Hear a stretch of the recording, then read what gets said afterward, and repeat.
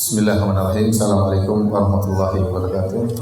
Asyhadu an la ilaha illallah wahdahu la syarika lahu ta'ziman li sya'ni wa asyhadu anna Muhammadan abduhu wa rasuluhu da'ila ridwani. Allahumma shalli alaihi wa ala alihi wa ashabihi wa ikhwani. Hadirin dan hadirat yang dirahmati oleh Allah Subhanahu wa taala. Alhamdulillah kita bersyukur kepada Allah masih diberi kesempatan untuk bisa bangun dari tidur kita dan kita buka pagi hari kita dengan salat subuh berjamaah. Semoga salat subuh kita diterima oleh Allah Subhanahu wa taala. Nabi SAW bersabda, "Man shalla fi jama'atin, man shalla al-fajr fi jama'atin fa huwa fi dhimmatillah." Barang siapa yang salat subuh berjamaah maka dia akan dibawa perlindungan Allah Subhanahu wa taala. Nabi SAW bersabda, "Basyiril masya'ina fi dhulam ilal masajid bin nurit tam yaumil qiyamah." Berilah kabar gembira pada orang-orang yang berjalan dalam kegelapan menuju masjid-masjid untuk salat berjamaah dengan cahaya yang sempurna pada hari kiamat kelak. Semoga Allah menyempurnakan cahaya bagi kita pada hari kiamat kelak.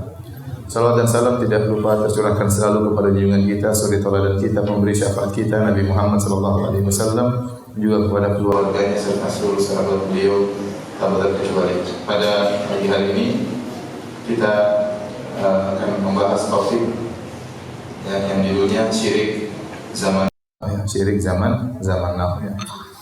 Saya selalu mengingatkan sebelum kita membahas tentang masalah kalimat zaman now, kita dilarang untuk mencela zaman, karena zaman bukan sesuatu yang harus dicela. Yang dicela adalah penghuni zaman tersebut.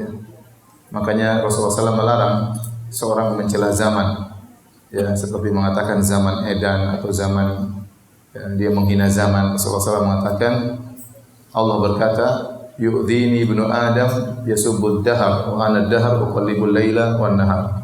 Sungguhnya anak-anak Adam menyakitiku, kata Allah Subhanahu wa taala. Dia mencela zaman, mencela waktu, padahal aku adalah waktu dan aku yang membolak-balikan waktu. Jadi yang tercela bukan zamannya. Zaman adalah waktu tempat bergulirnya berbagai macam kejadian yang dilakukan oleh manusia penghuni zaman itu sendiri. Al-Imam Syafi'i rahimahullah berkata, "Na'ibuz zamana wal aibu fina wa ma liz zamani aibun siwana." Sungguhnya kita mencela zaman padahal aib pada diri kita, bukan pada zaman. Tidak ada aib pada zaman kecuali kita sendiri. Oleh karenanya tatkala seorang mengucapkan zaman now, jangan dia mencela zaman, tapi maksudnya menjelaskan zaman sekarang, zaman sekarang. Topik kita adalah tentang syirik zaman sekarang, syirik zaman now, Sungguhnya kenapa kita perlu membahas masalah ini? Karena barang siapa yang bisa bertemu dengan Allah Subhanahu wa taala dalam kondisi bersih dari segala kesyirikan, maka dia orang yang sangat beruntung. Apa kata Allah Subhanahu wa taala dalam hadis qudsi? "Ya ibna Adam, law ataitani bi qurabil ardi khataya, thumma laqitani la tusyriku bi syai'a, la ataituka bi qurabiha maghfirah." Wahai anak Adam, kalau kau datang bertemu dengan aku, dengan membawa dosa sebesar bumi ini, namun kau tidak berbuat syirik sama sekali kepadaku, maka aku akan bertemu dengan engkau dengan membawa ampunan sebesar bumi ini pula. Bayangkan seorang bertemu dengan Allah dengan bawa dosa sebesar bumi, ini sangat berat. Jangankan sebesar bumi, sebesar gunung. Sepulau Makassar besar sekali, apalagi sebesar bumi. Dosanya sangat banyak, tidak mampu untuk dia pikul dosa tersebut. Tapi kata Allah, seandainya kau bertemu denganku dengan dosa sebanyak itu, namun kau tidak berbuat syirik sama sekali, maka aku akan mendatangkan ampunan juga sebesar bumi pula. Ini adalah janji yang sangat indah dari Allah Subhanahu wa taala bagi orang yang tidak berbuat kesyirikan sama sekali. Demikian juga orang yang paling meraih syafaat Nabi sallallahu alaihi wasallam. Kita semua berharap diberi syafaat oleh Nabi sallallahu alaihi wasallam. Yang paling berhasil meraih syafaat Nabi adalah orang yang paling ikhlas. Kata Nabi sallallahu alaihi wasallam waktu ditanya oleh Abu Hurairah radhiyallahu taala anhu, "Man as'adun nasi bi syafaatika yaumil qiyamah?" Wahai Rasulullah, siapakah orang yang paling berbahagia meraih syafaatmu pada hari kiamat kelak? Hadis riwayat Imam Bukhari. Kata Nabi sallallahu alaihi wasallam, "Man qala la ilaha illallah khalisan min qalbi." Orang yang mengucapkan la ilaha illallah dengan penuh keikhlasan dari hatinya. Dalam hadis yang lain kata Nabi sallallahu alaihi wasallam, "Ikhtaba'tu da'wati." Aku menyembunyikan, aku simpan doaku ya. Sampai pada hari kiamat kelak. Syafa'atan li ummati yaumal qiyamah, sebagai syafaat bagi umatku pada hari kiamat kelak. Wa hiya na'ilatun insyaallah man mata la yusyriku billahi syai'a. Maka syafaatku ini akan mengenai siapa saja dari umatku yang meninggal dalam kondisi tidak berbuat syirik sama sekali kepada Allah Subhanahu wa taala. Jadi seorang semakin bersih dari kesyirikan, semakin jauh dari kesyirikan, dia semakin mudah untuk meraih syafaat Rasulullah sallallahu alaihi wasallam. Oleh karenanya, di antara keutamaan yang sangat indah bagi orang yang tidak berbuat syirik sama sekali, dia bisa masuk surga tanpa azab dan tanpa hisab. Waktu Rasulullah SAW sebutkan tentang umatnya, wa ma'ahum sab'una alfan yadkhuluna al-jannata bighairi adzabin wala hisab. Di antara umatku ada 70.000 orang yang masuk surga tanpa azab dan tanpa hisab. Maka para sahabat bertanya-tanya, siapa mereka itu yang masuk surga tanpa azab dan tanpa hisab? Maka Nabi SAW bersabda, humul ladzina la yassarqun wa la yaktawun wa la yatatayyarun wa ala rabbihim yatawakkalun. Mereka adalah orang-orang yang tidak pernah minta untuk diruqyah. Mereka adalah orang-orang yang tidak pernah melakukan pengobatan dengan kai, besi yang dipanaskan. Mereka adalah orang-orang yang tidak pernah bertatoyur. Apa tatoyur? Itu mengkait-kaitkan nasib sial dengan angka tertentu, dengan hari tertentu, dengan hewan tertentu, ya. Yang orang sering bilang pamali kalau di kampung kita ya. Ya, enggak tahu di Makassar bilangnya pamali juga sama. Ya. Wa ala rabbihim yatawakkalun, dan mereka bertawakal kepada Rabb mereka. Nah, orang yang membersihkan hatinya dari segala kesyirikan, dia masuk surga tanpa azab dan tanpa hisab. Ini karunia yang sangat luar biasa. Makanya kita harus saling mengingatkan tentang model-model kesyirikan yang tersebar di masyarakat untuk kita jauhi ya. Para hadirin dan hadirat yang dirahmati oleh Allah Subhanahu wa taala ya. Sebenarnya kesyirikan zaman dahulu sama zaman sekarang sama saja, tidak ada bedanya ya. Ya. Hanya terkadang muncul dalam pakaian yang baru, dalam bentuk yang baru, tetapi hakikatnya sama saja. Ya. Kalau kita berbicara tentang kesyirikan zaman sekarang ya, maka tidak ada bedanya dengan kesyirikan yang telah diingatkan oleh Nabi sallallahu alaihi wasallam sejak 1400 tahun yang lalu. Tetapi kita hanya sekedar mengingatkan kembali ya.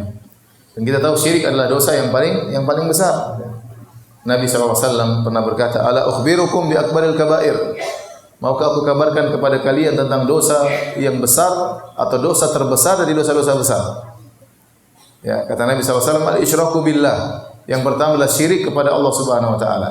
Yang kedua uququl walidain. Yang kedua adalah berurhaka kepada kedua orang tua. Yang ketiga qauluz zur, perkataan dusta, atau syahadatuz zur, persaksian dusta. Nabi menjelaskan dosa yang paling besar adalah berbuat syirik kepada Allah Subhanahu wa taala. Syirik lebih besar daripada dosa-dosa yang lain ya. Daripada membunuh, daripada berzina, daripada merampok, daripada riba. Kenapa? Karena dosa-dosa yang lain, merampok, membunuh, berzina, riba, itu semua dosa-dosa berkaitan dengan makhluk yang lain. Berkaitan dengan sesama makhluk.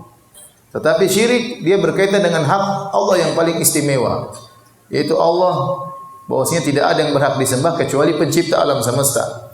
Tidak ada yang berhak disembah kecuali Allah Subhanahu wa taala.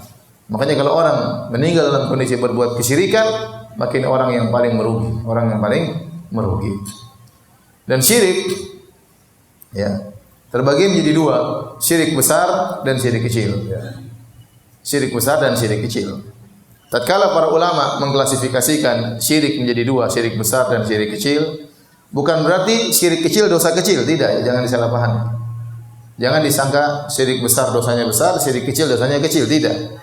Tetapi tatkala dibagi menjadi dua, syirik besar, syirik kecil, maksudnya apa? Maksudnya syirik besar ini mengeluarkan orang dari Islam. Adapun syirik kecil tidak sampai pada derajat mengeluarkan orang dari Islam. tetapi tetap dosa besar. Tetapi tetap dosa besar. Seperti para ulama juga membagi kufur besar, kufur kecil. Bukan berarti kufur kecil itu dosa kecil, tidak. Dia juga dosa besar. Namun belum sampai pada derajat mengeluarkan seorang dari Islam.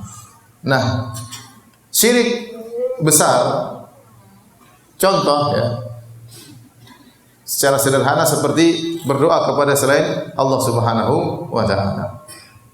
Contohnya percaya kepada perkataan dukun.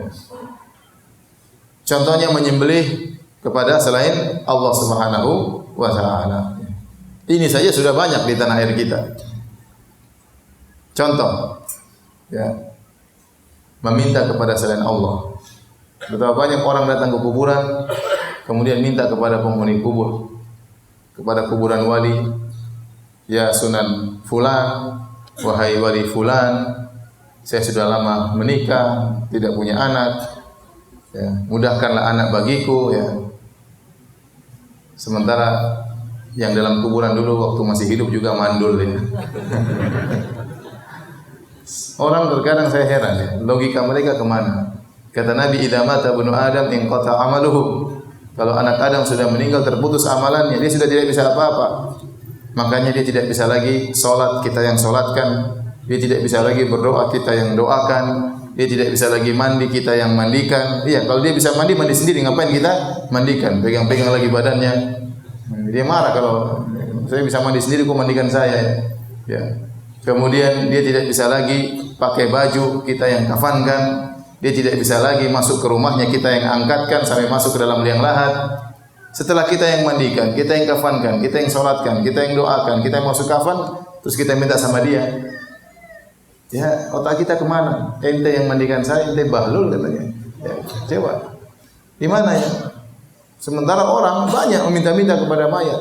Dalam doa mereka, ya Abdul Qadir Jailani, wahai Abdul Qadir Jailani, aghithni, tolonglah aku. Abdul Qadir Jailani mati di mana? Meninggal dia wali, dia ulama. Tapi dia meninggal di sana, di Arab sana. Kemudian ente di Makassar berteriak ke Abdul Qadir Jailani, tolonglah aku. Ente di mana? Abdul Qadir Jailani di mana ya? Ini kesyirikan, syirik akbar, bahaya. Minta kepada selain Allah. Orang berbondong-bondong, ya, semangat pergi ke kuburan, lebih semangat daripada pergi ke masjid. Ya. Kuburan lebih ramai daripada masjid. Sampai ada kawan-kawan yang tinggal di daerah kuburan-kuburan dikeramatkan seperti itu cerita. Ya. Ustaz, sampai ada ibu datang kepada saya. Benar katanya kalau minta ke kuburan tersebut dikabulkan. Subhanallah. Ya. Jadi orang semangat minta kepada penghuni kubur, dan ini syirik, ya, sangat berbahaya. Ya. Ini syirik besar, dan banyak dari saudara-saudara kita yang terjerumus dalam hal ini, meminta kepada penghuni kubur. Tidak boleh kita berdoa kecuali kepada Allah Subhanahu wa taala. Makanya Allah berfirman, "Wa man adallu mimman yad'u min dunillah." Dan siapakah yang lebih tersesat dari orang yang berdoa kepada selain Allah? Doa itu ibadah yang sangat agung. Kata Nabi, ad-du'a'u huwal ibadah. Doa itu adalah ibadah, inti daripada ibadah. Kenapa dalam doa tampak kehinaan kita? Kita angkat tangan, berdoa, menangis, tunduk kepada Allah. Ini Allah sangat suka hambanya menghinakan dirinya di hadapan Allah Subhanahu wa taala. Lantas ketundukan, kehinaan ini kita berikan kepada makhluk, inilah dosa syirik paling besar. Kita enggak boleh berdoa kecuali kepada Allah Subhanahu wa taala. Saya tanya sama Bapak sekalian, boleh enggak kita berdoa kepada malaikat? Boleh atau tidak? Tidak. Dalam Islam kita yakin ada malaikat penjaga gunung, ada malaikat pengatur hujan, ada. Allah tugaskan malaikat-malaikat tersebut jaga gunung, malaikat pengatur hujan, malaikat yang menumbuhkan tumbuhan, malaikat pencabut nyawa. Boleh enggak kalau musim kemarau kita berdoa, wahai malaikat pengatur hujan, turunkan hujan? Boleh atau tidak? Enggak boleh. Syirik itu enggak boleh. Padahal malaikat tersebut benar-benar ngatur hujan. Tapi dia tidak bisa ngatur hujan kecuali dengan izin siapa? Allah. Maka kalau minta hujan kepada siapa? Pada Allah. Enggak boleh kepada malaikatnya. Contoh, ada malaikat pencabut nyawa. Boleh enggak kita bilang, wahai malaikat, berikan saya panjang umur, jangan kau datang sekarang. Ya, nantilah. Saya masih belum kawin lagi. Boleh enggak? Enggak boleh. Kalau minta panjang umur kepada siapa? Pada Allah, bukan kepada malaikat pencabut nyawa. Ini malaikat benar-benar ngatur, enggak boleh kita minta sama dia. Kemudian mayat yang tidak bisa berbuat apa-apa kita minta sama mayat. Otaknya di mana orang-orang itu? Kasihan. Ya. Dan terlebih lagi menyedihkan, ada kuburan-kuburan yang tidak ada isinya. Orang datang ke situ. Contoh kuburan Mbah Priuk. Ya, saya kemarin ngisi di pelabuhan di Priuk sana. Sampai MUI, Majelis Ulama Indonesia Jakarta Utara mengeluarkan buku khusus bahwasanya dalam kuburan Mbah Priuk tersebut sudah tidak ada Mbah Priuk. Tapi sampai sekarang orang keramatkan. Sampai hampir terjadi pertumpahan darah gara-gara membela kuburan yang tidak ada isinya. Orang Indonesia kalau kita mau cari uang mudah. Anda taruh di pinggir jalan ada pelang 200 meter kuburan mbah-mbah ini ya. Tempat berkah. Itu udah ente bikin kuburan mainan, orang pasti ramai ke situ ya. Ya, kasih bunga-bunga kasih. Nah, karena sebagian orang seperti itu, kasihan. Oleh karenanya tugas kita adalah mengingatkan mereka jangan sampai seorang meninggal dalam kondisi minta-minta kepada mayat. Minta-minta kepada arwah, kepada ruh-ruh, minta-minta kepada jin, minta-minta kepada malaikat, ini semua kesyirikan. Berdoa hanya kepada Allah. Saat Anda menghinakan diri Anda, mengangkat kedua tangan, menangis itu hanya untuk Allah Subhanahu wa taala. Sebagian orang tatkala di masjid tidak bisa menangis, waktu minta-minta ke kuburan menangis. Ini bagaimana? Salah ya. Ya, makanya Allah mengatakan wa annal masajida lillah fala tad'u ma'allahi ahada. Sungguhnya masjid hanyalah milik Allah, maka jangan kalian berdoa bersama Allah dengan selain Allah. Berdoa hanya kepada Allah Subhanahu wa taala. Ini contoh sederhana. Contoh kesyirikan juga yang masih tersebar zaman sekarang. Contohnya adalah menyembelih kepada selain Allah Subhanahu wa taala. Kata Nabi sallallahu alaihi wasallam, la'anallahu man dzabaha li ghairillah. Allah melaknat orang yang menyembelih kepada selain Allah. Kata Allah Subhanahu wa taala, "Qul inna sholati wa nusuki wa mahyaya wa mamati lillahi rabbil alamin." Katakanlah, sungguhnya salatku dan sembelihanku hanya untuk Allah Subhanahu wa taala. Fasholli li rabbika wanhar. Salatlah hanya kepada Allah dan nyembelihlah hanya untuk Allah Subhanahu wa taala. Sebagaimana kita tidak boleh salat kepada selain Allah, kita tidak boleh menyembelih kepada selain Allah Subhanahu wa taala. Sekarang menyembelih kepada selain Allah merupakan syirik akbar, syirik besar. Ya. Betapa banyak saudara-saudara kita yang menyembelih untuk selain Allah. Mau bangun rumah, cari dulu ayam hitam 3 ekor. Kemudian dipotong, kemudian darahnya tumpahkan ke tanah. Ini syirik, enggak boleh. Syirik. Acara tahunan, acara labuhan kata mereka. Untuk menenangkan Nyi Roro Kidul, sesembahan Nyi Roro Kidul. Maka cari kerbau, disembelih, kepalanya ditenggelamkan di pantai selatan. Ini syirik. Nyembelih untuk apa? Untuk jin, untuk Nyi Roro Kidul, jin perempuan ya. Sampai ketakutan luar biasa kalau tidak dikasih kerbau, nanti jinnya ngamuk, nanti banyak makan korban di lautan dan macam-macam. Ya, ini dosa besar, syirik. Yang mengatur laut bukan Nyi Roro Kidul, yang mengatur laut Allah Subhanahu wa taala, bukan Nyi Roro Kidul. Sehingga kalau mereka tidak menyembelih untuk Nyi Roro Kidul, mereka merasa bahaya, kekhawatiran, kualat dan macam-macamnya. Tatkala tiba waktu hari kurban, tidak nyembelih kambing buat Allah Subhanahu wa taala. Tapi kalau untuk Nyi Roro Kidul tidak boleh lewat, harus ada yang disembelih buat Nyi Roro Kidul. Ini syirik. Ustaz, tapi ini merupakan tradisi. Ini tradisi kesyirikan. Tidak semua tradisi kita lestarikan. Tidak semua tradisi kita lestarikan. Kalau tradisi syirik harus ditinggalkan. Nggak boleh. Ada orang bangun jembatan, ya, harus potong kambing. Berapa ekor supaya jembatannya tidak rubuh. Ya kalau dikorupsi tetap saja rubuh. Dan saya sering ditanya, Ustaz, bagaimana hukum kita membuat proyek di gunung, di hutan? Orang-orang minta ada acara penyerahan terhadap arwah. Kalau orang-orang kafir terkadang minta harus potong babi untuk disembahkan kepada ruh. Boleh enggak? Saya bilang enggak boleh. Haram. Kasih mereka duit, tapi jangan ikut acara mereka, motong babi untuk apa? Arwah. Motong kerbau untuk ruh. Ini syirik. Ini banyak proyek-proyek seperti itu. Proyek di Papua, di mana? Sering saya ditanya, beberapa kali ditanya, bagaimana? Saya bilang syirik, tidak boleh. Anda tidak boleh ikut kemauan mereka. Ini kesyirikan. Ustaz, nanti kalau tidak dipotong, nanti gunungnya jatuh dan mati, itu syirik, tidak boleh. Lihat di Arab Saudi saja, lihat betapa banyak gunung yang dibelah. Dari Mekah sampai Madinah 500 kilo, kalau jalan harus belok-belok gunung susah, jalan semakin jauh. Jadi gunung dibelah oleh pemerintah Saudi supaya bisa lewat jalur bis. Ya. Itu gunung begitu banyak dibelah oleh pemerintah Arab Saudi, tidak ada satu telur pun yang dipecahkan, enggak ada. Tidak ada satu ekor ayam pun disembelih. Coba kalau itu gunung di Indonesia, repot. Itu terowongan Mina dibolongin. Tidak ada satu telur pun dipecahkan. Masyarakat ditakut-takutin oleh jin. Ya Ustaz, kemarin kita bangun rumah tidak sembelih ayam, akhirnya tukang-tukangnya jatuh. Ya sudah, itu dia lagi jatuh sudah. Banyak orang bangun rumah tidak pakai sembelih ayam, tidak ada tukang jatuh.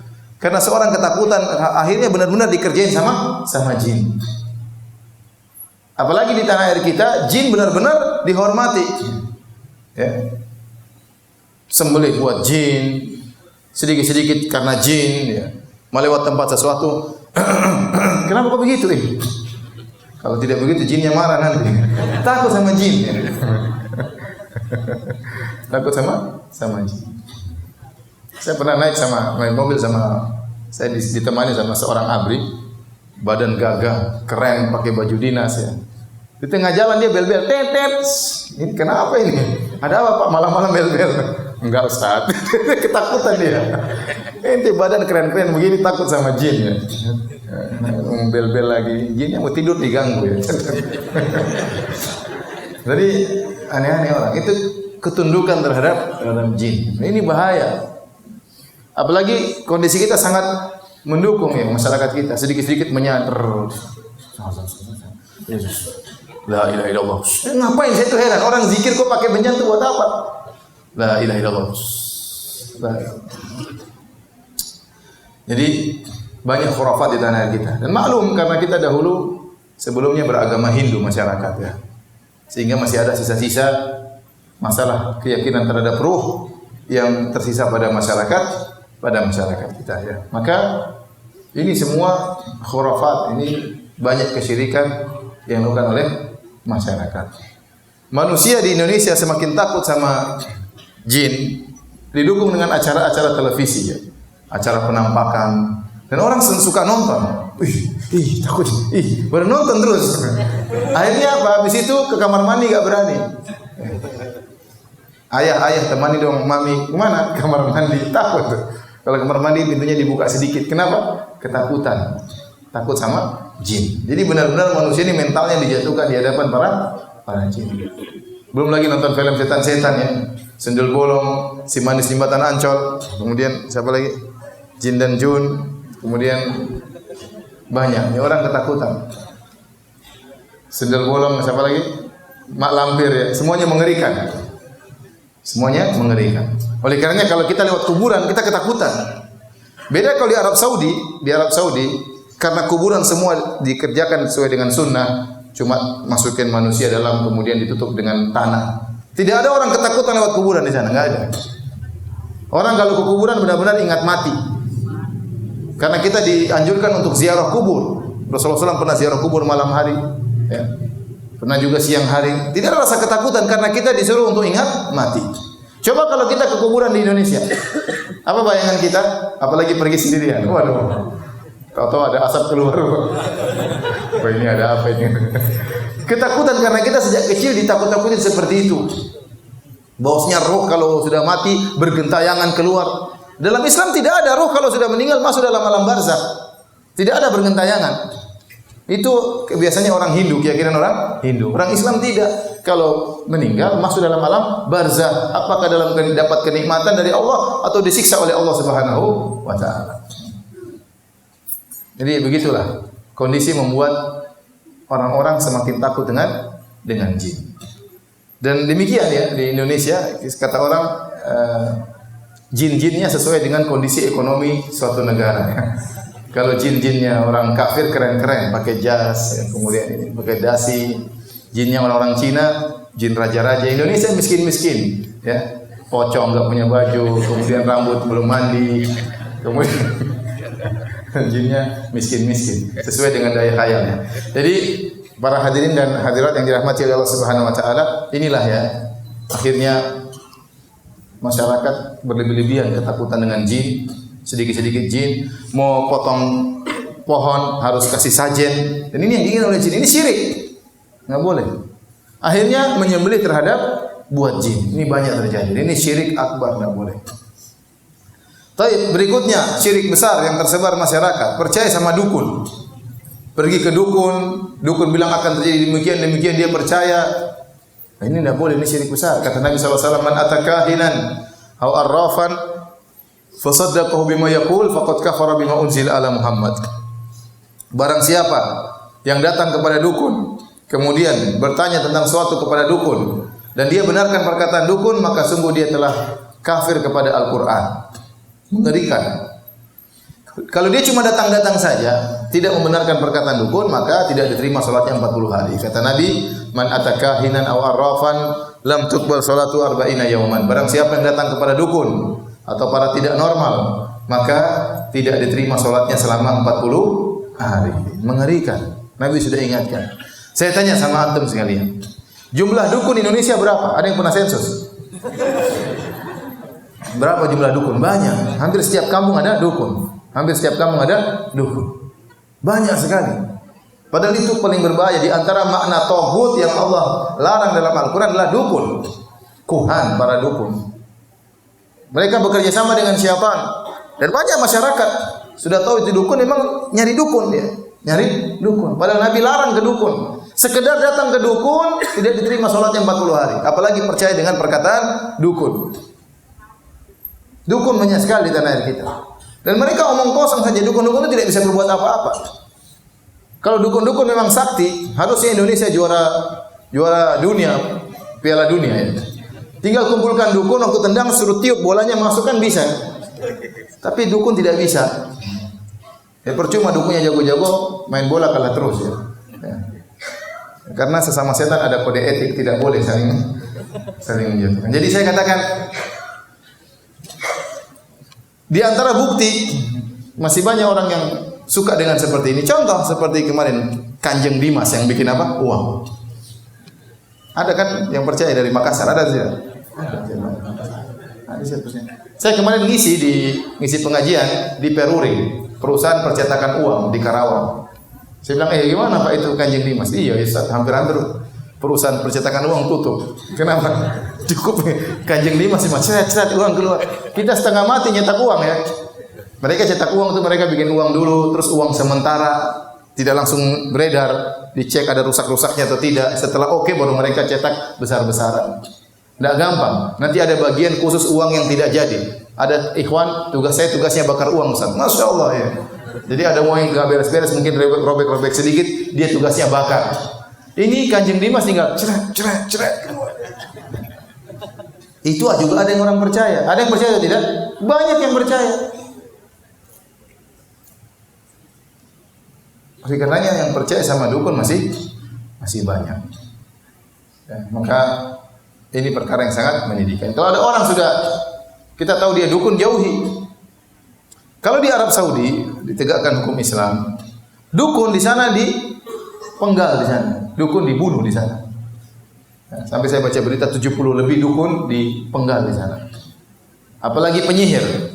Dalam riwayat hadus sahir darbatun bisayf. Bahwasanya hukuman bagi penyihir disembelih. Kenapa? Karena tukang sihir ini selalu bikin masalah. Nyantet orang, bikin orang susah, bikin orang sakit, bikin orang tokonya enggak laku. Itu tidak. Orang bikin masalah seperti ini. Sampai datang satu orang, waktu itu saya pernah ngisi pengajian Masjid Nabawi, terus ada yang datang, Ustaz, itu benar kata Ustaz. Saya ribut sama keluarga saya Ustaz. Kenapa? Ada keluarga barangnya hilang. Akhirnya mereka tanya ke dukun, kata dukun tersebut yang mencuri orangnya gemuk berkacamata. Saya gemuk berkacamata Ustaz. Akhirnya saya dicurigai. Dan benar-benar mereka datang ke rumah, mereka bongkar lemari saya. Ya Allah, si dukun itu kurang ajar kayak gitu. Bikin permusuhan di antara apa? Kerabat.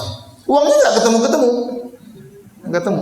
Tapi permusuhan, pertikaian sudah terjadi. Ya, saya kadang kasihan lihat orang disantet. Bayangkan perutnya besar, tiba-tiba kayak ada jarum dalam badannya. Ada dukun yang kerja seperti itu. Apakah dukun seperti tidak pantas untuk disembelih? Disembelih harus seperti ini kalau dalam Islam.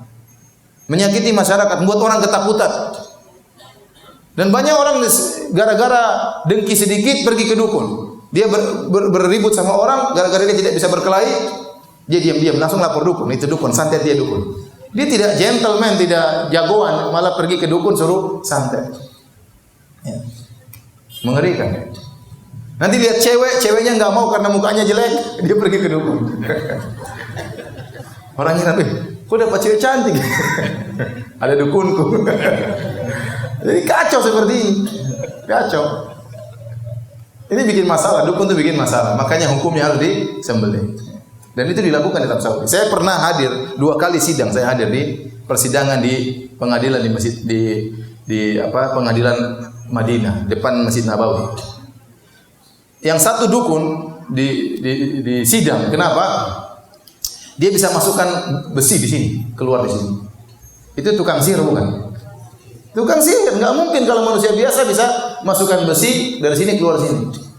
Ya. Jangan bilang itu wali apa? Nah, kalau Nabi SAW dahulu para sahabat kena pedang juga robek-robek kok. Ini kemudian masukkan besi keluar sini, masuk keluar sini ya. Ya. Dipanggil, disidang. Ya, dan itu akan dihukum oleh mereka.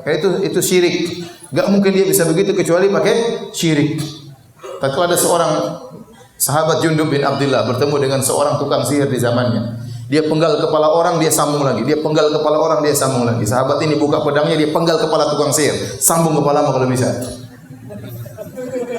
Kepala orang kok bisa sambung, kepalamu kok bisa sambung tidak? Tewaslah orang tersebut. Jadi bahaya. Sementara di negara kita dukun sangat banyak. Bahkan dukun diagungkan, ditakuti oleh masyarakat. Padahal ini sumber kekufuran, sumber kesyirikan dukun-dukun tersebut. Satu lagi ada dukun, saya pernah hadir juga di sidang. Jadi dia di negara lain sering keluar di televisi, orang sering tanya, "Bagaimana gini?" Dia, "Oh, kamu begini-begini, oh begini-begini terus." Selalu dia berfatwa di televisi. Orang-orang tanya. Suatu hari dia datang umrah. Entah dia bukan umrah, dia datang ke Arab Saudi. Maka dijebak sama orang-orang di sana.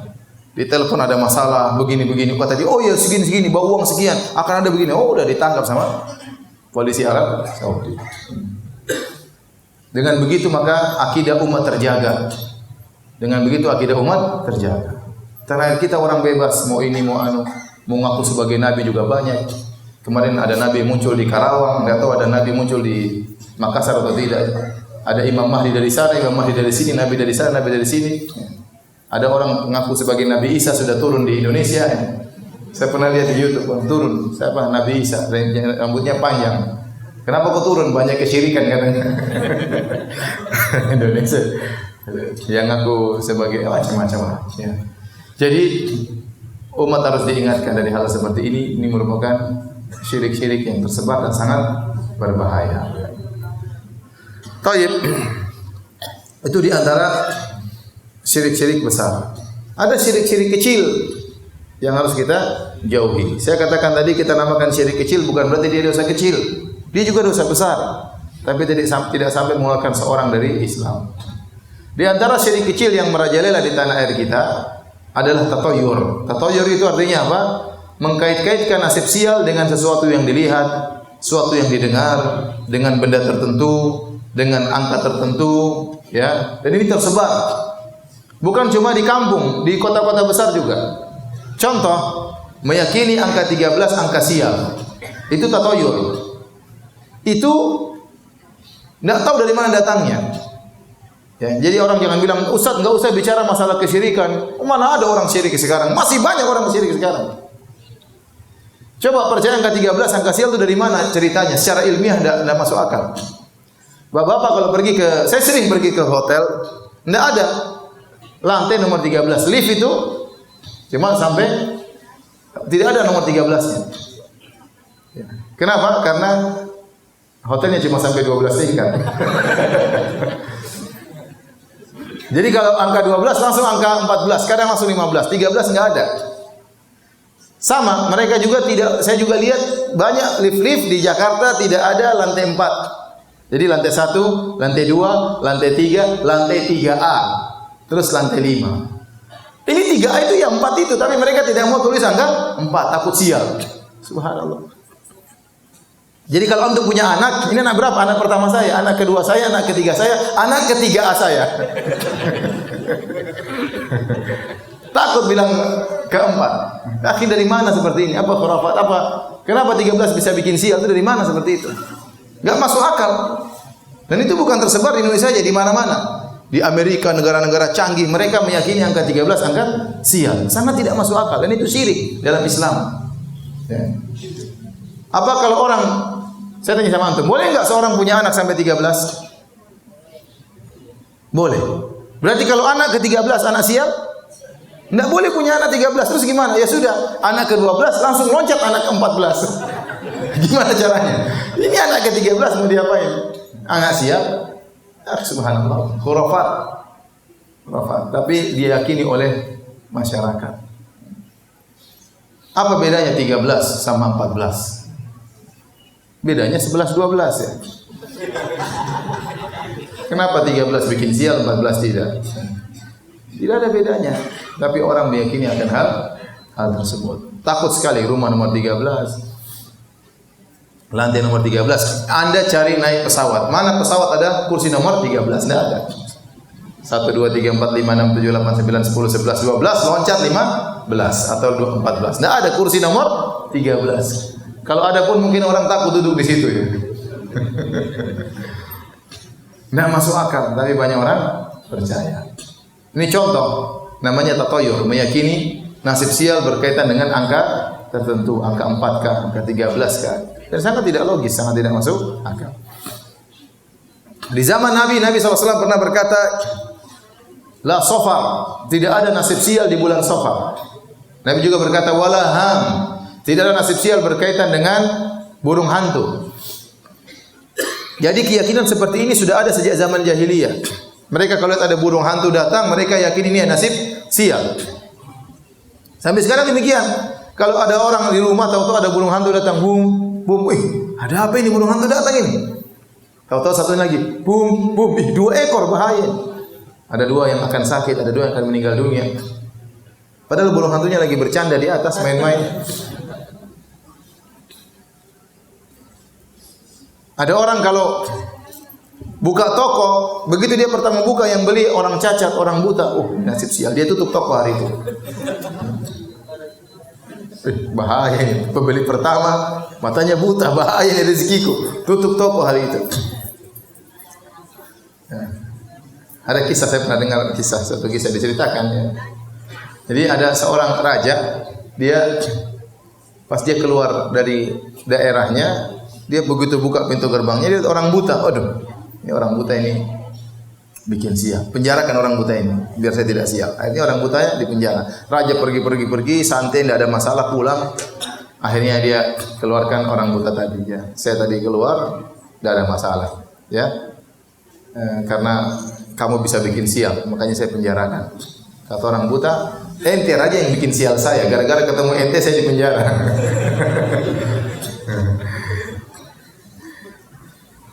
Dahulu orang-orang takut menikahkan atau melakukan pernikahan di bulan Syawal di zaman Nabi SAW. Maka Nabi menikahi Aisyah di bulan Syawal karena dianggap bulan tersebut adalah bulan sial untuk pernikahan. Sekarang di zaman ini masih ada seperti itu. Jadi kalau mau menikah dilihat dulu, kamu lahir Kliwon, Pahing, Wage, apalagi dihitung. Perempuannya dilihat kapan lahirnya, laki-laki dihitung kapan lahirnya, terus dihitung-hitung pakai rumus tertentu seperti rumus Porkas dan yang lainnya. Akhirnya keluar, oh kamu boleh menikah nanti ya 6 bulan lagi karena sekarang belum bulan-bulan beruntung. Subhanallah. Saya ditanya berapa kali sama orang, Ustaz, saya mau menikah, tahu-tahu ada keluarga bilang harus ditunda. Ini hitung-hitung ini bikin sial ya. Hitung-hitung seperti ini bikin apa? Sial. Orang sudah kebelet ingin menikah harus ditunda. Bikin repot orang hidup dalam kesusahan, hidup dalam khurafat. Saya pernah ketemu dengan seorang pembantu di Saudi. Minta tolong, Ustaz, tolong carikan kerjaan buat saya. Saya telepon teman saya orang Saudi, orang Arab. Ini ada pembantu minta cari pekerjaan. Bisa kau tampung tidak? Oh bisa insyaallah. Suruh. Saya bilang sama Mbak itu, Mbak, besok hari Sabtu, Mbak kerja di teman saya awal hari kerja. Kata dia, nggak bisa Ustaz, saya kerja hari Sabtu pertama. Kenapa nggak bisa? Ustaz saya melarang, tidak boleh hari Sabtu hari pertama kerja. Ini kayak Yahudi saja. Ini bikin sial, makanya gue jadi pembantu terus kayak begitu modelnya. Kenapa mulai hari Sabtu sial? Tidak ada. Itu dari mana seperti itu? Ini khurafatnya orang Yahudi. Dan ini terjadi. Kasihan. Tidak boleh duduk di depan pintu pamali. Kalau bikin pintu jangan dibuka keluar, harus tutup dalam. Karena kalau dibuka keluar nanti rezeki keluar. Ini dari mana seperti itu? Hidup jadi susah ya. khurafat. Oleh karena hati-hati, yang nama pamali-pamali itu sering itu adalah tatoyur. Hati-hati. Coba siapa yang disebutkan pamali-pamali di sini apa coba? Saya ingin tahu. Hari Selasa kenapa? Tidak boleh bisa hari Selasa. Jadi itu pamali, itu syirik. Ingatkan, itu syirik, tidak boleh. Islam harus bersih daripada itu. Coba pamali yang lain apa? Hah? Menikah bulan Muharram tidak boleh. Nah, itu syirik, tidak boleh. Hilangkan itu semua. Apa lagi? Kenapa? Cicak, tokek. Kenapa cicak? Harus dibunuh. Tokek kenapa? Banyaklah. Di Makassar saya rasa juga banyak pamali-pamali, hati-hati. Itu semua kesyirikan. Kalau kita ingin meninggal bertemu dengan Allah, diampuni dosa-dosa kita, hilangkan semua itu dari hati kita. Hilangkan. Ustaz, tapi ini sudah dari nenek moyang kami. Itu tradisi yang salah, harus dihilangkan. Tidak semua yang dibawa nenek moyang benar. Banyak yang dibawa nenek moyang benar dan ada juga yang salah. Yang salah dibuang, yang benar dilestarikan. Adapun keyakinan-keyakinan tadi, tidak boleh potong kuku depan rumah. Apa hubungannya? Tidak boleh potong kuku kalau malam. Apa hubungannya? Apa hubungannya dengan kesialan? Tidak masuk akal. Oleh karenanya dihindari itu semua. Di antara syirik kecil yang tersebar di masyarakat adalah pakai jimat. Ini banyak juga ya. Kemana-mana pakai jimat. Jimat penglaris, jimat supaya jago, ya. Jimat supaya disukai sama cewek, jimat supaya menang judi, jimat supaya banyak sekali jimat. Ya. Ya. Orang kalau keluar rumah pakai jimat, kalau nggak pakai jimat, jimatnya ketinggalan dia pulang. Nabi sudah ajarin kalau keluar rumah tinggal baca doa bismillahi tawakkaltu ala Allahi la haula wala quwata illa billah. Dengan nama Allah aku bertawakal kepada Allah. Tawakal pada Allah bukan pada jimat. Kalau dia pergi jimatnya ketinggalan, waduh dia balik lagi. Jimatku ketinggalan. Jimat apa? Jimat penglaris. Jimat jaga diri. Ya. Ada orang mau jihad pakai jimat. Kenapa pakai jimat? Supaya tidak mati syahid. Nanti mau jihad mati syahid atau pakai jimat supaya tidak mati syahid. Jadi apa pakai jimat? Nabi dahulu ya ada orang membaiat sama Nabi, semua Nabi baiat kecuali satu Nabi tidak baiat. Kenapa? Dia pakai jimat. Nabi tidak mau, dia pakai jimat dengan Nabi SAW. Nabi pernah bertemu dengan satu orang pakai jimat di tangannya. Nabi mengatakan ma hadhihi. Kata dia minal wahina. Kata Nabi apa ini? Kata dia ini untuk menolak rasa sakit. Kata Nabi inziha. Putuskan itu jimat. Fa innaka law mita wa hiya 'alaik ma aflata abada. Kata Nabi kalau kau meninggal dalam kondisi jimat ada di tanganmu, kau tidak akan selamat selama-lamanya. Mengerikan, ini syirik. Ya. Di Makassar banyak jimat atau tidak? Banyak. Terkadang yang jualan kiai jualan jimat. Mengerikan. Tawakalnya kepada jimat. Makanya kata Nabi, man allaqa syai'an wukila ilaihi. Man ta'allaqa syai'an faqad asyrak. Kata Nabi, barang siapa yang menggantungkan sesuatu dia telah berbuat kesyirikan. Kata Nabi, man allaqa syai'an wukila ilaihi. Barang siapa yang menggantungkan sesuatu dia akan dibuat bertawakal kepada sesuatu tersebut. Akhirnya hatinya benar-benar pada jimat. Kalau tidak pakai jimat dia tidak pede. Dia tidak tawakal kepada Allah, kepada jimat. Inilah bahayanya di situ syirik. Sehingga orang bertawakal kepada benda. Dan jimat berbagai macam modelnya. Ada jimat dipasang di warung. Terkadang foto ulama dijadikan jimat. Ada foto syekh dipasang. Kenapa? Ini biar menolak bala. Biar kalau kebakaran tokoku tidak terbakar. Pasang foto syekh. Subhanallah. Ini namanya foto dijadikan apa? Jimat. Ini tidak boleh. Maka seorang harus bertakwa kepada Allah, jauhi hal-hal seperti ini. Ya. Ada jimat macam-macam sekarang modelnya. Ada jimat pakai kayu, ada jimat pakai akar, ada jimat pakai benang, ada jimat tulis-tulis macam-macam kecil-kecil, tulis huruf Al-Quran, terus pakai XX, angka-angka, itulah raja. Ya. Ya. Ada tulisan Al-Qurannya, tulisan Arabnya, tapi ada angka-angkanya, ada nomor-nomornya, ada pagar-pagarnya, ada bintang titik pinggir pagar. Ya. Kemudian dilipat dalam kulit. Dipakai, itu jimat namanya, tidak boleh. Bahaya seperti itu. Merusak akidah umat. Merusak akidah umat. Hati-hati. Ya. Ini diantara syirik yang banyak tersebar di tanah air, maka kita ingatkan para saudara-saudara kita agar menjauhi segala bentuk jimat.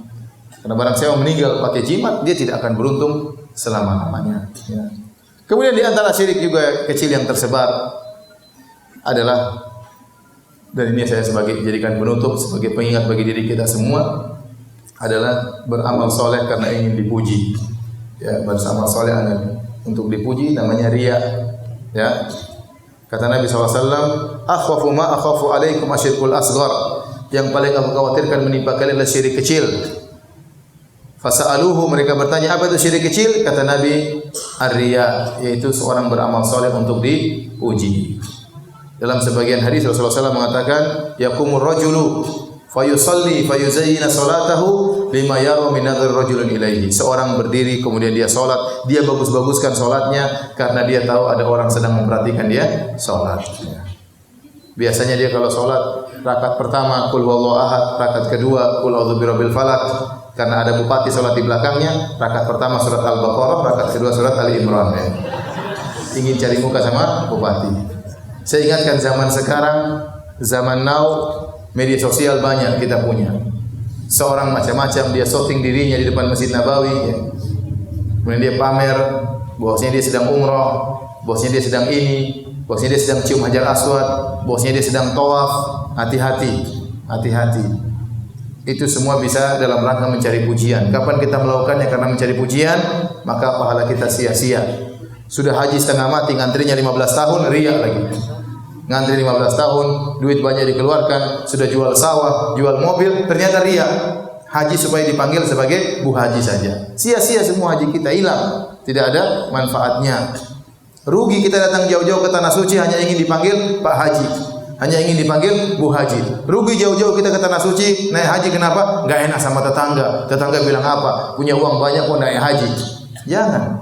Kita hajian karena mencari ampunan dari Allah Subhanahu wa taala. Hati-hati, sebagian orang lagi iktikaf tulis di status jangan mengganggu, sedang iktikaf. Sudah ente matiin HP, enggak usah tulis begitu.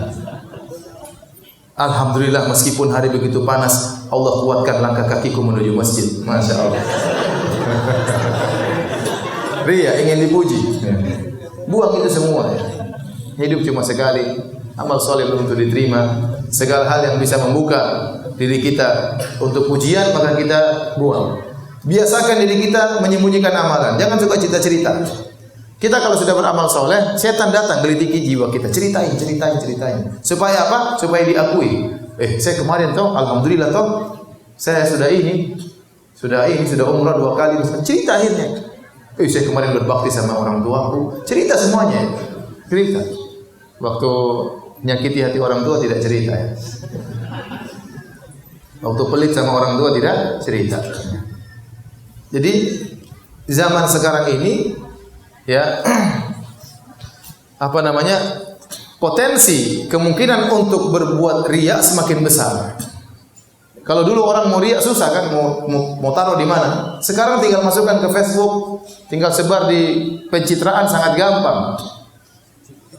Jadi sekarang sarana untuk riya semakin mudah.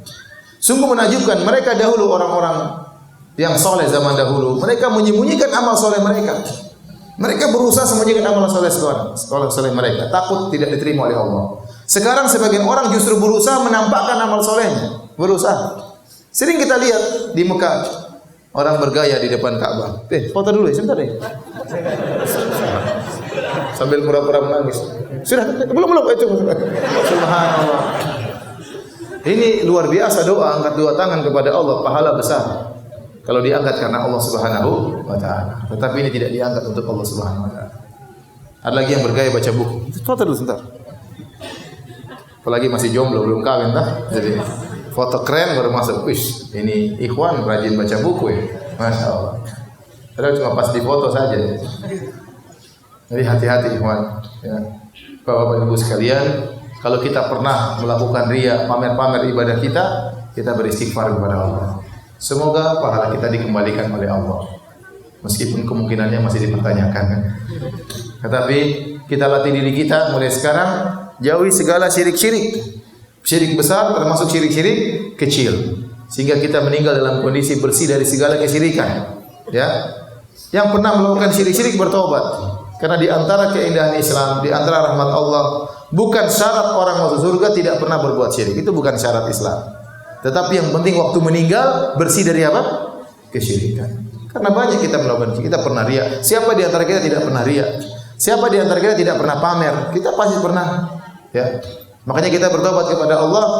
Mulai sekarang kita berusaha bersihkan niat kita, jauhkan segala kesyirikan. Kalau di rumah ada jimat-jimat, buang jimat-jimat itu. Ada pamali-pamali, jangan bilang pamali-pamali, tidak boleh. Ya. Tidak boleh. Bilang pamali, itulah pamali. Ya. Tidak boleh. Sehingga kita jaga istri kita, jaga anak-anak kita, ya, agar mereka semua bersih dari kesyirikan. Baik, demikian saja hadirin hadirat, ya. Sedikit yang saya sampaikan pada kesempatan hari ini tentang syirik-syirik yang beredar di masyarakat. Kalau ada yang bertanya saya persilahkan. Wallahu ta'ala a'lam bishawab. Ustaz, bagaimana hukumnya jika kita pernah melakukan syirik besar? Namun saat ini saya sudah menyadari bahwa perbuatan tersebut perbuatan yang tercela. Alhamdulillah kita bertobat kepada Allah. Allah Maha menerima taubat. Taubat dosa sebesar apapun, syirik atau yang lainnya, kalau seorang bertobat dengan sungguh-sungguh, Allah Maha penerima taubat. Lihatlah kisah siapa? Kisah penyihir Firaun. Waktu berduel dengan Nabi Musa alaihissalam. Itu para penyihir, profesi mereka adalah menyihir. Berpuluh-puluh tahun mereka cari duit dengan apa? Menyihir. Dan kita tahu sihir itu syirik. Akhirnya mereka berduel dengan Nabi Musa alaihissalam. Akhirnya mereka sadar. Mereka sadar tidak sampai satu hari. Mereka sadar, mereka sujud, dibunuh oleh Firaun, masuk surga semuanya. Menutup puluhan tahun kesyirikan yang mereka lakukan. Oleh karena kalau orang pernah berbuat syirik, tinggal bertobat kepada Allah dan bertekad untuk tidak kembali lagi.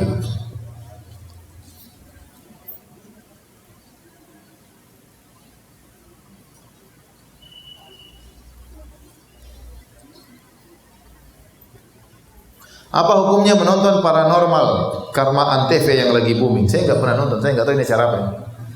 Acara apa ini? Acara dukun-dukun. Ada penampakan, ada jin, ada macam-macam. Ngapain nonton kayak gitu? Matikan TV kalau kayak gitu. Dan saya dulu punya kawan bekas produser, sekarang udah ngaji. Dia bilang, Ustaz gitu banyak buat-buatan, main-mainan. Dibuat acara, wow, itu mereka sudah, itu sandiwara. Banyaknya apa sandiwara. Ente dibodoh-bodohin sama mereka. Jadi acara-acara yang di situ ada pengagungan terhadap jin, penampakan uka-uka, ini macam-macam, enggak usah. Ngapain? Ngabisin waktu. Tunggu lagi nonton jam 12 malam, tungguin. Belum keluar jinnya. Gitu jinnya keluar ketakutan. Itu ngapain bodoh-bodohin diri? Kurang kerjaan. Ini baca Quran, zikir.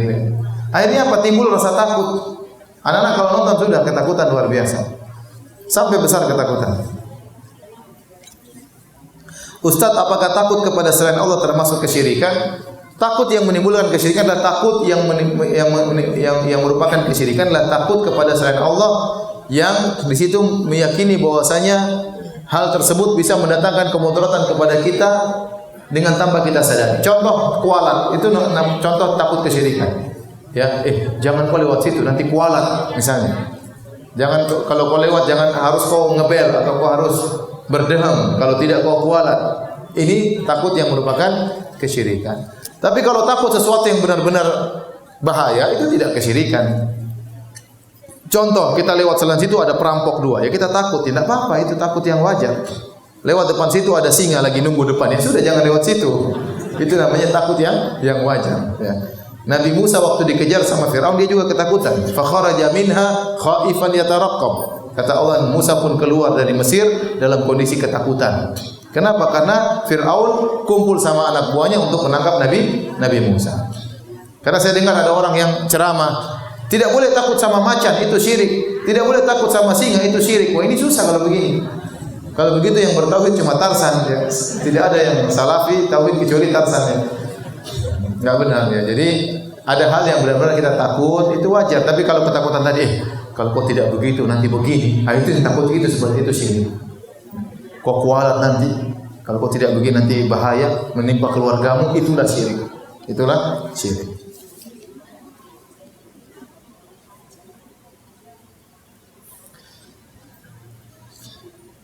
Ustaz, sebagian orang meyakini bahwa adanya angin rihul ammar. Apa itu? Katanya siapa yang kena angin tersebut, orang itu kena penyakit. Apa itu angin? Kalau masuk angin ya benar sakit, kena di bawah AC masuk angin. Tapi kalau angin namanya angin rihul ammar, ini angin apa ini?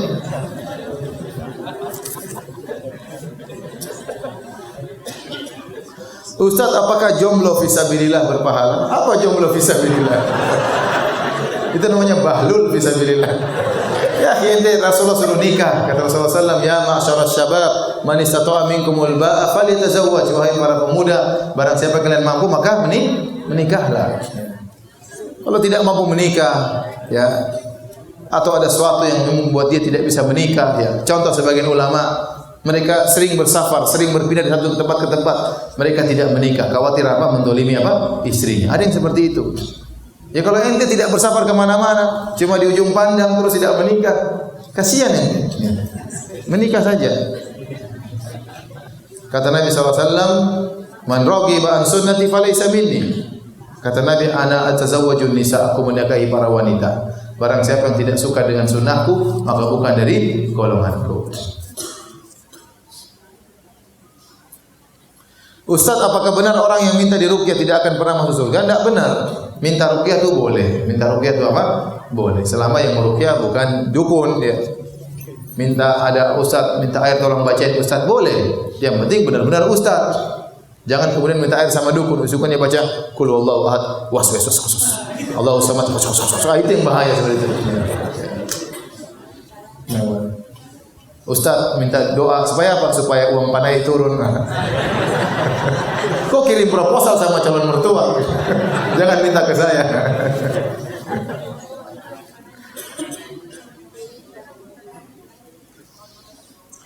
Jadi minta untuk diruqyah tidak mengapa. Tapi memang ada hadis yang menjelaskan kalau orang minta diruqyah, ya, dia akan keluar dari keutamaan. Keutamaan itu masuk surga tanpa hisab. Ya.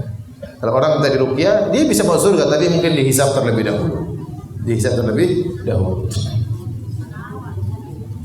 Bagaimana kalau bayi yang diakikah, dipotong kambing? Itu sunnah Nabi SAW. Jadi ada 9 sembelihan yang dianjurkan dalam syariat. Contoh, Idul Kurban, nyembelih apa? Kambing.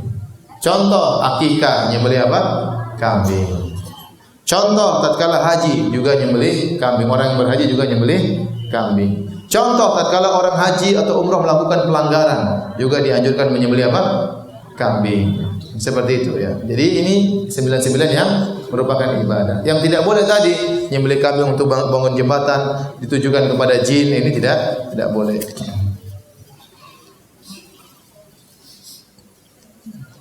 Ustaz, bagaimana cara menyikapi orang tua yang percayai mengenai hari baik, hari buruk? Karena dan beliau sangat meyakini hal ini. Nasihati baik-baik. Dalam Islam tidak ada keburukan kecuali maksiat. Kalau Anda bermaksiat baru itu hari sial Anda.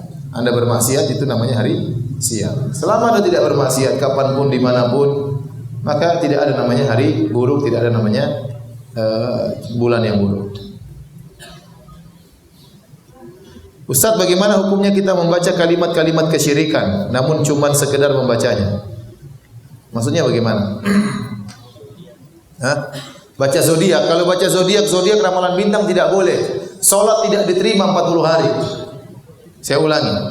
Para ulama sebagian mengatakan orang baca bintang Sagittarius, bintang Scorpio, bintang Libra, ini tidak boleh. Kalau dia baca zodiak, salatnya tidak diterima 40 hari karena hukumnya seperti kedukun. Itu semua perkataan dukun. Ramalan-ramalan itu perkataan dukun. Barang siapa yang baca, sengaja baca sama seperti dia sengaja ke dukun, salatnya tidak diterima 40 hari. Kenapa? Karena terpengaruh suatu hari. Ada orang baca, saya ingin tahu saja sih. Apa sih bintang Libra? Saya Libra. Oh, apa Libra? Hari ini diomelin istri, uang susah. Aku tidak percaya. Pas sampai di rumah diomelin istri. Benar juga itu kemarin. Akhirnya hatinya mulai goyang. Makanya tidak boleh. Baca itu tidak boleh. Kalau ada majalah itu robek. Hati-hati taruh di ruang tamu, ada orang baca-baca, ente semua dosanya. Ada majalah isinya zodiak kita taruh di ruang tamu. Ada orang baca, baca itu. Karena orang tertarik baca begitu. Ada orang tertarik baca begitu. Itu semua syirik. Ada orang kata, coba lihat tanganmu. Garis-garisnya bagus. Kayaknya kok jadi direktur. Direktur kambing. Direktur apa? Direktur di warungku, saya direktur di warung memang. Orang macam-macam apa ngeramat. Senti omong kosong ini. Jangan percaya kayak gitu.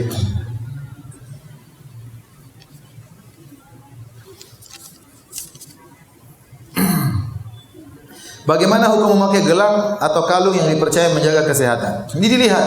Kalau ternyata gelang tersebut benar-benar menurut penelitian para dokter benar-benar bermanfaat, bukan perkataan para penjual ya. Jangan percaya sama penjual.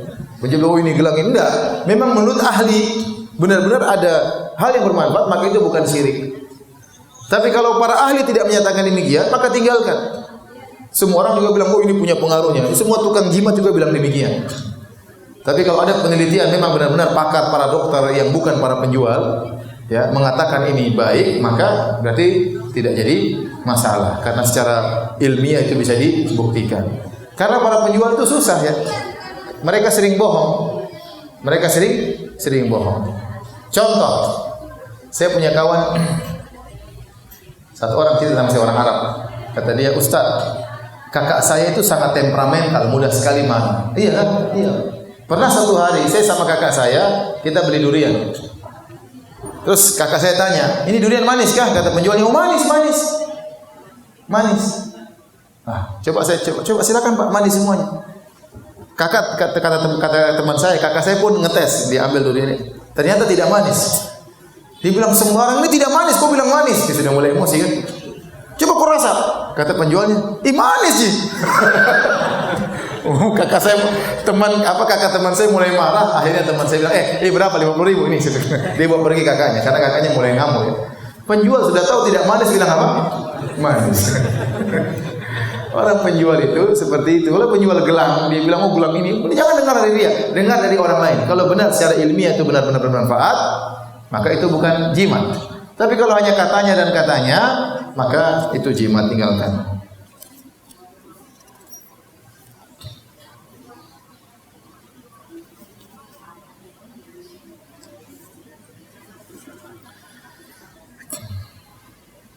Apakah dosa apa yang kita dapatkan jika pergi ke dukun untuk meredakan hujan karena banyak orang percaya? Ini dosa syirik, bahaya.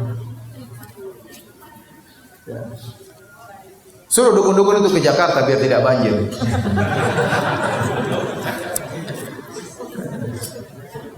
Kalaupun dia berhasil mungkin di rumah, dia pakai jin-jin banyak. Wow, jinnya mungkin setengah mati. Biar tanda-tanda hujan, jinnya kehujanan, tapi yang penting hujannya tidak. Itu syirik, dia kerjasama dengan jin pasti. Kalaupun berhasil dia kerjasama dengan jin.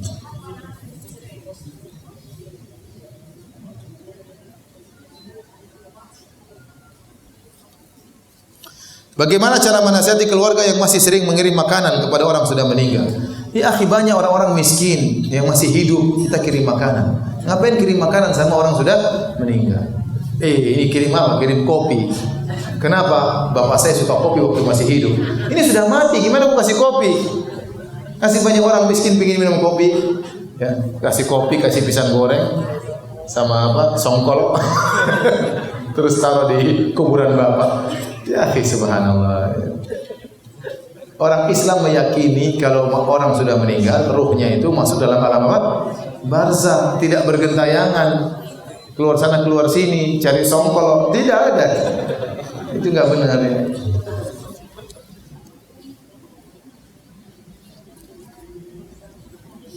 Bagaimana sikap seorang apabila terlanjur syirik?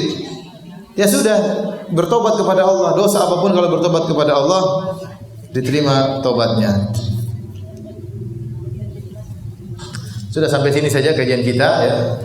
Mohon maaf atas segala kekurangan. Semoga Allah menjauhkan kita dari segala bentuk kesyirikan. Semoga Allah menguatkan kita di atas tauhid, di atas sunnah Nabi sallallahu alaihi wasallam sebagaimana Allah kumpulkan kita di masjid ini. Semoga Allah kumpulkan kita di surganya kelak. Amin ya rabbal alamin. Subhanallahi bihamdik asyhadu an la ilaha illa anta astaghfiruka wa atubu ilaik. Assalamualaikum warahmatullahi wabarakatuh.